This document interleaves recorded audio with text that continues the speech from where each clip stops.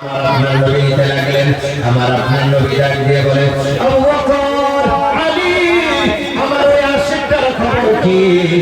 আমার আশিককে তো আমি দেখতেছি না, অনেকদিন হয়ে যায়, অনেকদিন বিগত হয়ে যায়, আমার পাগলের চেহারাটা আমি দেখতে পাচ্ছি না। খবর ওই ছেলেটা মৃত্যুর বিছানায় পড়ে আছে, অসুস্থ হয়ে গেছে।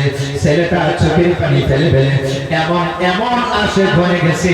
বেমার হলো দুই ধরনের, একটা হইল শরীরের বেমার, আরেকটা হইল ইশকের বেমার, মহব্বতের বেমার। কথা বলেন ঠিক কিনা?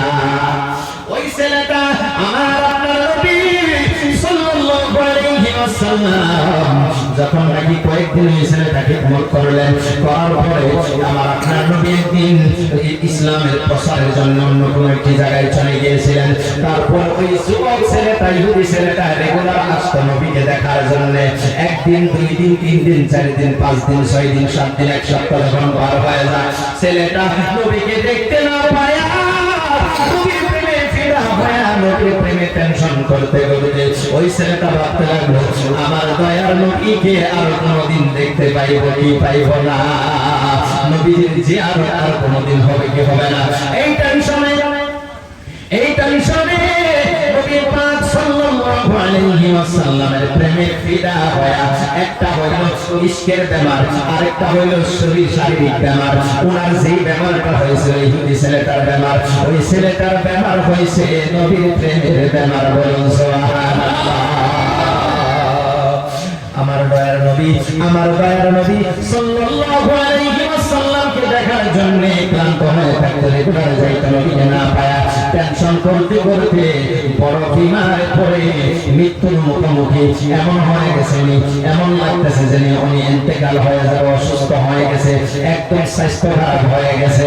ওই যুবকটা বলতেছে, ওই যুবকের বাবা একদিন জিজ্ঞাসা করে, বাবা তোমাকে অনেক চিকিৎসা করলাম, কোনো ডাক্তার তোমাকে ভালো করতে পারে না, বাবা তোমাকে অনেক চিকিৎসা করলাম, কোনো কবিরাজ তোমাকে ভালো করতে পারে না, বাবা তুমি বলে সেদিন কাজ ভালো দুনিয়ার জমিনে ডাক্তাররা বলছে, কিন্তু তুমি আমার একমাত্র সন্তান, তুমি কি চাও, তোমার কি খাইতে ইচ্ছা যায়, কি দেখতে ইচ্ছা যায়? কেমন করে না? কঠিন ব্যাপার হলে বাবা মা সন্তানের যদি কঠিন ব্যাপার হয় তখন বলেছে, বাবা কি খাওয়া, কি দেখবা, এরকম। কিন্তু যখন নাকি একদম মানুষ বিছানায় নিচে যায় তখন তাকে জিজ্ঞাসা করা হয়। তো ওইভাবে ইহুদি ছেলেটাকে তার বাবা জিজ্ঞাসা করতেছে, তুমি কি চাও বাবা? তুমি বেশি দিন কি জানি দুনিয়ার জমিনে বাঁচবা না, ডাক্তাররা বললো, কিন্তু বাবা তুমি আমার একমাত্র মহব্বতের সন্তান, তুমি কি খাইবা? ছেলে বলে, আমি কিচ্ছু খাইবো না। তো তুমি কিছু দেখবা? তো হ্যাঁ দেখবো।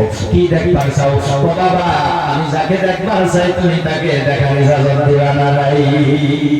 আল্লাহ, ইহুদি চাই নবী রাহমাতুল লিল আলামিনের চেহারা দেখো, ইহুদি কে তো চাই না।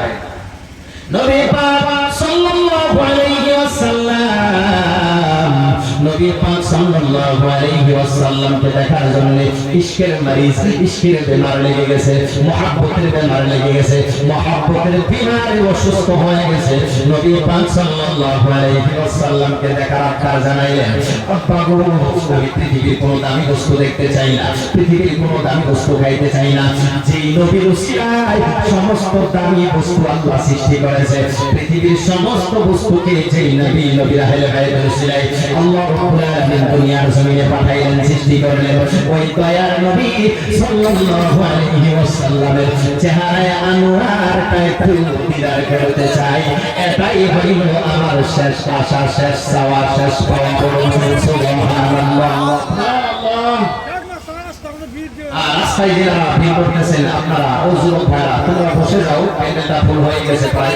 তোমরা ওইগুলো দাঁড়ায় থাকলে আওলাদ রাসূল নবীর বংশের আগমন হয়েছে, এটা বিয়াদবি হয়ে যাবে।